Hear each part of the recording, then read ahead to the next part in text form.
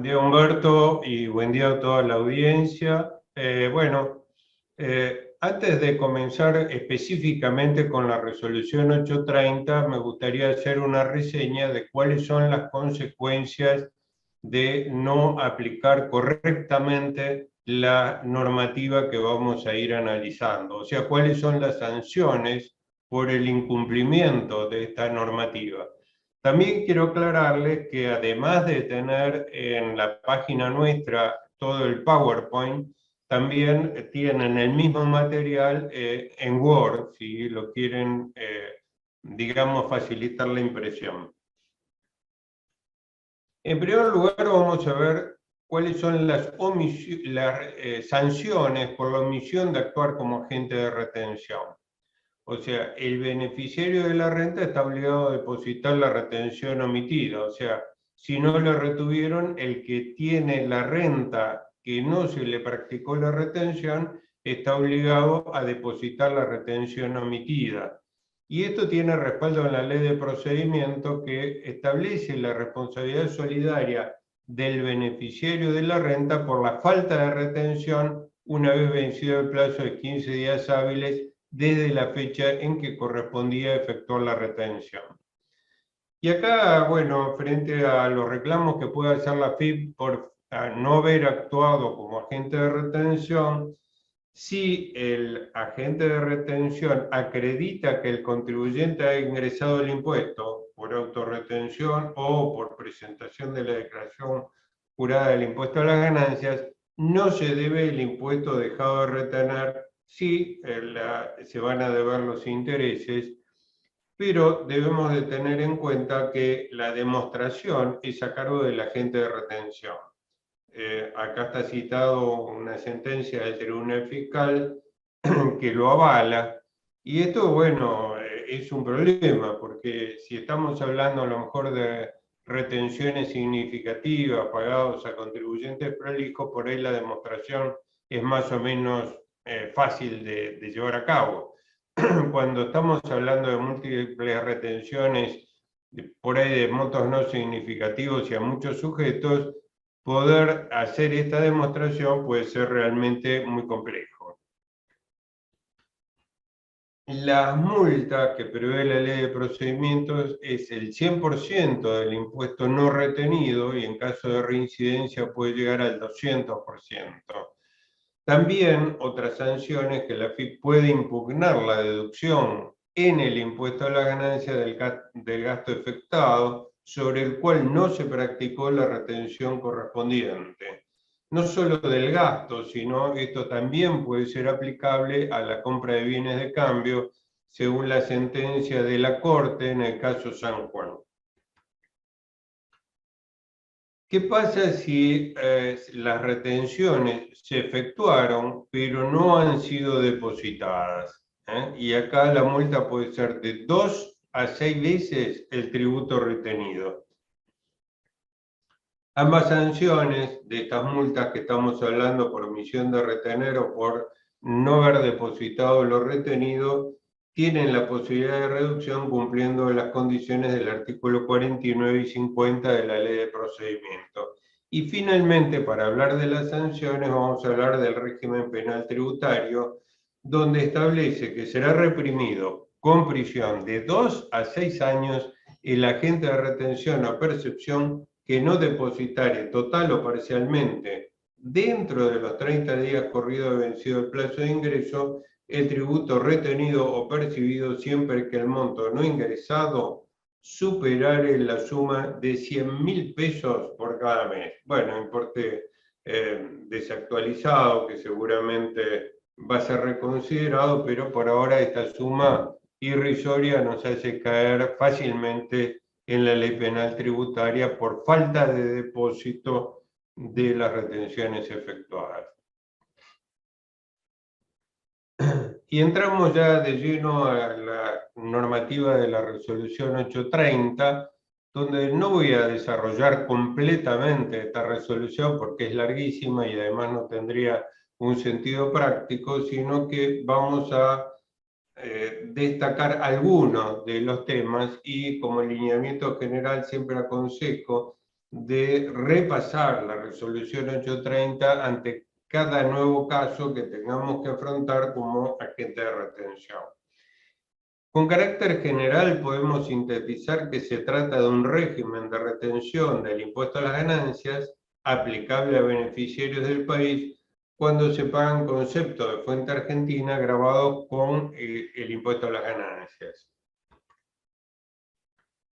¿Quiénes están obligados a retener?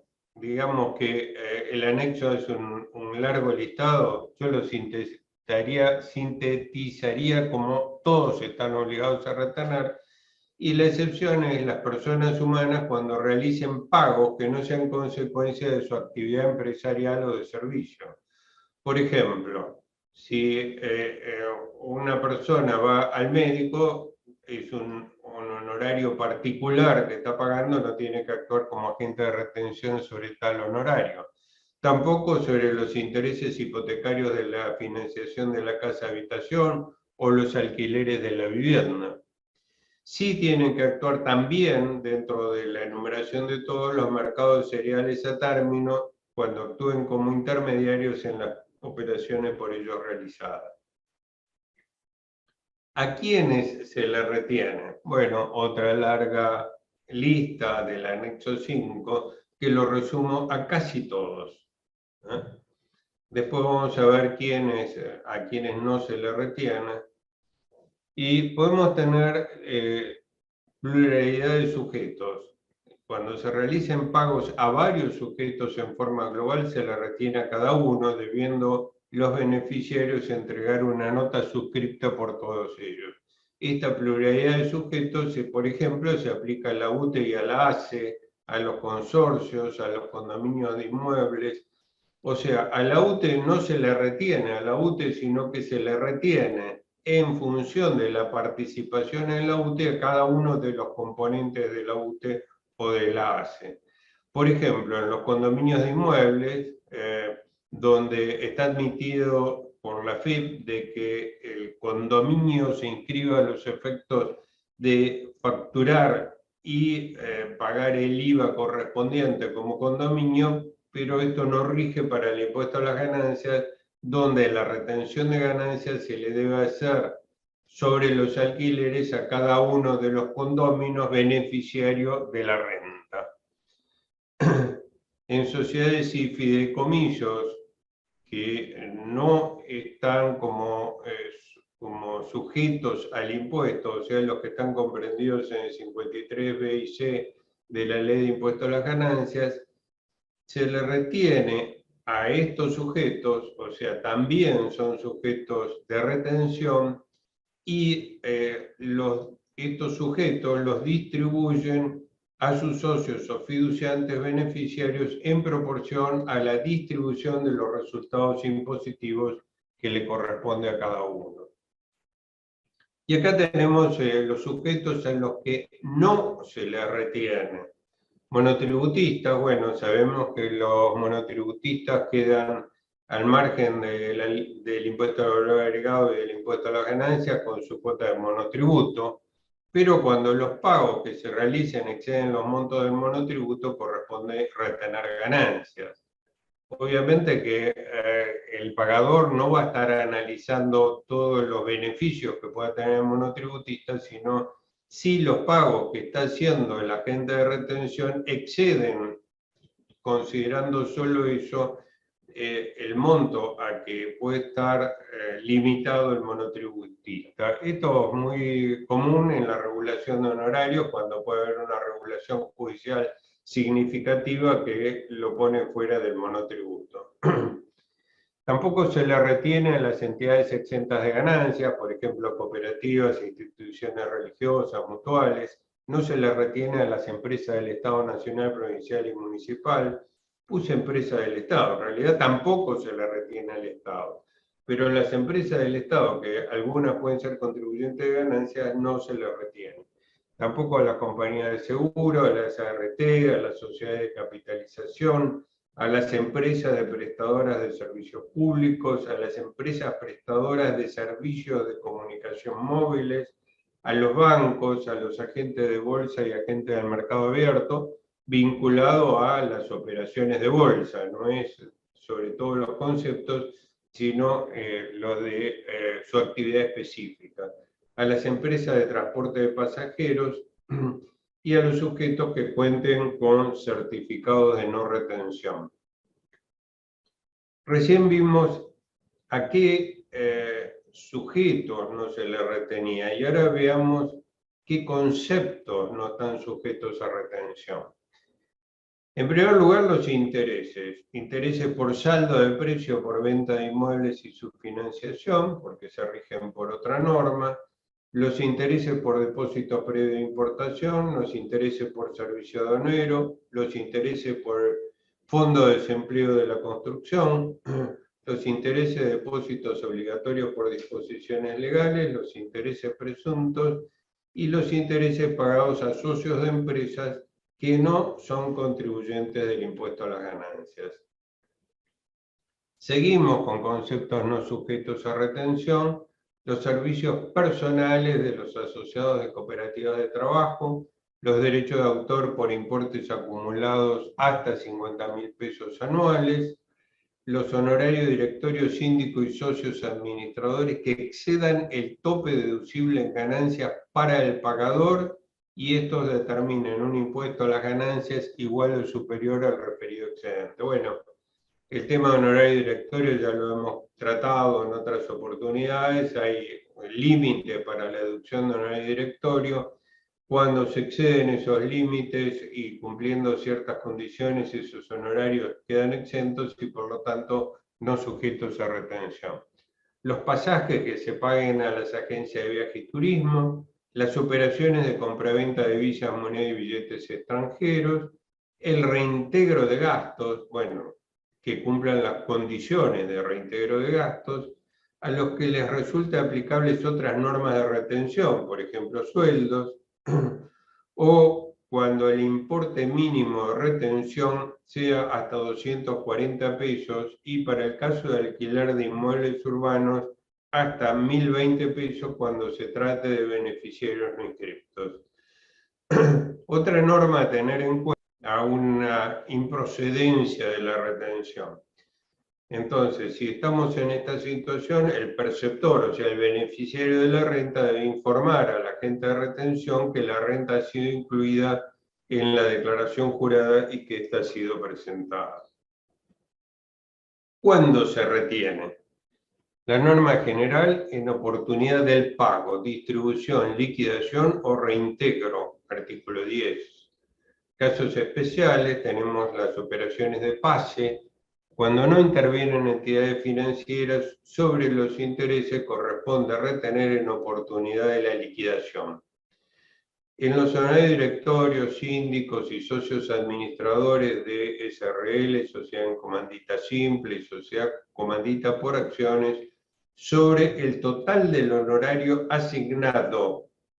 Total del honorario asignado y se practica en oportunidad del pago posterior a la asignación. O sea, sabemos que los anticipos para estos directores, síndicos, etcétera, no están sujetos a retención a medida que se van haciendo esos anticipos. Sí corresponde efectuar el cálculo sobre el total de la asignación y esa retención calculada sobre el total de la asignación se retiene en el primer pago y si eso no alcanza, el beneficiario está obligado a ingresarla dentro de los 15 días hábiles posteriores a que ello suceda, o sea, posterior a la asignación. En el caso de pagaré, letra de cambio, factura de crédito y cheque de pago diferido, acá lo que estamos haciendo es, no estamos, digamos, pagando con dinero, sino que estamos pagando con documentos que van a tener un vencimiento posterior. Cuando se están entregando estos documentos como forma cancelatoria del concepto sujeto a retención, el momento de la emisión de estos documentos es el momento que debemos considerar a los efectos de la retención. Seguimos con ¿Cuándo se retiene? En las sesiones de crédito de conceptos sujetos a retención, retiene el cesionario en oportunidad de la cesión. El cesionario sustituye al deudor. Por ejemplo, un profesional transfiere su crédito de honorarios, sería el cedente, al que lo recibe, cesionario, debe retener sobre tal honorario y el que paga el honorario a su término queda liberado de actuar como agente de retención. Anticipos a cuenta de precio. La retención procede en cada uno de los pagos, por supuesto siempre acumulando los pagos mensualmente. La misma situación con los pagos de certificados de obra o de acopio de materiales. Un asunto particular es que en las locaciones de inmuebles rurales se deduce un mínimo no sujeto a retención para cada uno de los meses que se estén pagando. Esto es solo para inmuebles rurales, no es aplicable a inmuebles urbanos, donde hay un solo mínimo por pago mensual, aunque incluya varios meses de alquiler urbano. En la enajenación de bienes muebles con intervención de intermediario, retiene el intermediario al vendedor sobre la enajenación de los bienes muebles y el adquirente retiene sobre la comisión del intermediario. Base de cálculo. Bueno, corresponde hacer la retención sobre el total del concepto que se pague, excepto, no, o sea, no forman parte de la base de cálculo los aportes previsionales, el impuesto al valor agregado, impuestos internos, impuestos a los combustibles líquidos y el gas natural. ¿Qué pasa cuando hay varios conceptos sujetos a retención?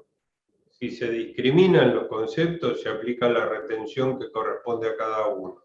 Y de no haber sido discriminado, se aplica el procedimiento de cálculo que arroje el mayor importe. Un tema particular, ya que estamos dentro de profesionales, que se puede hacer la cesión de ingresos, por ejemplo, de honorarios profesionales, pero esa cesión no incluye la proporción correspondiente a la retención. O sea, estamos realmente con un problema desde el punto de vista práctico, porque si estamos cediendo una parte sustancial de un honorario, al no poder ceder la retención, nos está generando un problema. Ya lo dije, que corresponde hacer la acumulación mensual de pagos a los efectos de la retención, y podemos estar en casos de imposibilidad de retener, por ejemplo en las permutas, y cuando no se puede retener, por cuanto el importe ha sido percibido por el beneficiario, se informa por nota a la AFIP y el beneficiario tiene que depositar el monto no retenido equivalente. En las permutas se calcula la retención sobre el total de la operación y se retiene el monto correspondiente sobre la parte de dinero y hasta dicho monto. O sea, estamos hablando en el supuesto de permutas, donde la permuta no sea un bien por otro estrictamente, sino que la diferencia sea en dinero y en ese caso se retiene hasta dicho monto y el faltante debe ser depositado por el beneficiario.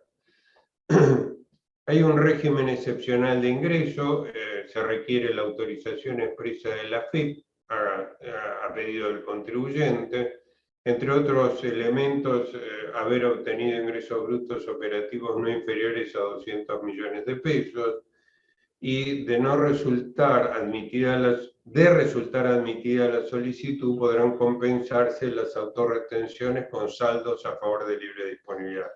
O sea, esto sería, digamos, desde el punto de vista práctico para empresas grandes que estarían evitando de conseguir la documentación que respalde todas las retenciones sufridas, y en ese caso hacerse todas las autorretenciones y administrar de otra forma este régimen de retención de impuestos a las ganancias, inclusive permitiendo la compensación con saldos de libre disponibilidad. Otra posibilidad es el certificado de exclusión, o sea, cuando el contribuyente tiene quebrantos, saldos a favor y la retención puede exceder su obligación tributaria, se puede tramitar un certificado de exclusión en los términos que acá se traducen. Y en el caso de las sociedades del artículo 53, inciso B, o sea, esas sociedades que no están sujetas a ganancia, por ejemplo, una sociedad de profesionales, donde habíamos visto que se le retiene la totalidad del impuesto a la sociedad. El certificado de exclusión no lo tramita esta sociedad de personas, sino que lo tramita cada uno de los socios de la sociedad. Y,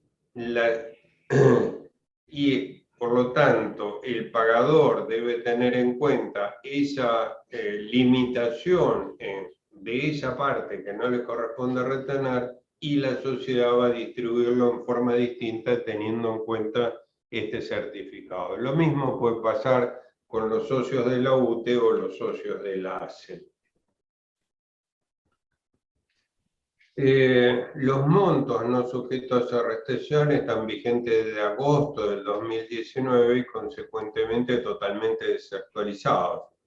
Un ejemplo de ello es que en montos de honorarios profesionales relativamente grandes se le retiene más a un inscripto por aplicación de la escala que la retención fija para un profesional que está no inscripto. Bueno, estas son una pequeña síntesis de las normas más importantes de la resolución 830. Insisto en lo que dije al principio, les recomiendo a todos que frente a cada una de las modalidades de pago, los sujetos, etcétera, hagan un repaso de esta resolución 830 antes de definir cuál es la retención aplicable. Muchas gracias.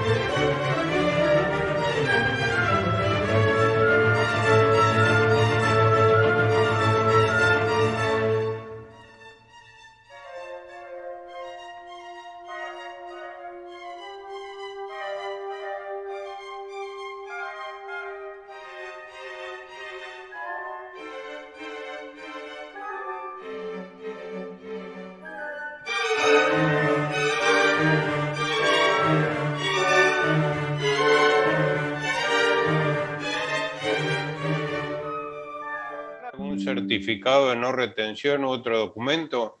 Bueno, la respuesta es algo compleja. Empecemos por la ley 19.640, que en su artículo primero exime del pago de todo impuesto nacional, o sea, eso incluye el impuesto a las ganancias, que pudiera corresponder por hechos, actividades u operaciones que se realizaran en el territorio nacional de Tierra del Fuego, Atlántida, bla, bla, o por bienes existentes en dicho territorio.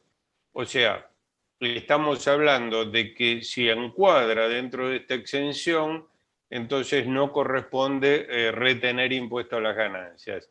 Tenemos algunos antecedentes, uno publicado el 29 de diciembre del 2015, que está en la página de la AFIP, que dice, cuando los contratos sean realizados en la provincia de Tierra del Fuego, los mismos no estarán sujetos a retención por aplicación de la ley 19640. No obstante, para que proceda dicha exclusión del régimen, deberán cumplirse conjuntamente las siguientes condiciones. A, ser un contrato formalizado en la jurisdicción de Tierra del Fuego. B, comitente, ser un sujeto residente en la misma. Y C, el agente de retención desarrollar su actividad en el área promovida por dicha ley. O sea, estos requisitos que resalta la FIP, me parece que lo podemos obtener o por el tipo mismo de la operación o contratación o solicitando los medios de prueba suficientes para acreditar que no corresponde retener. En el grupo de enlace también se pronunció la FIP en la reunión del 1 de octubre del 2003, donde la consulta era si una consultora organizada como SRL y radicada en la ciudad de Buenos Aires, dedicada a prestar servicios de ingeniería y seguridad e higiene, presta los mismos a ciertas empresas radicadas en la ciudad de Ushuaia, Tierra del Fuego, para lo cual se trasladan a dicha área algunos consultores miembros de la firma. Al respecto, es de considerar que si bien la consultora está radicada en la ciudad de Buenos Aires, los servicios son prestados en Tierra del Fuego por trasladarse su personal en dicha área, estando además sus destinatarios ubicados en la misma. O sea, vemos que cumple los requisitos que habíamos visto antes y la respuesta de la FIP dice, se coincide con la posición, o sea, que está exento, también por aplicación del dictamen DAT 4184, por tratarse de un servicio prestado en la isla y por ello exento. Estamos hablando de impuesto a las ganancias.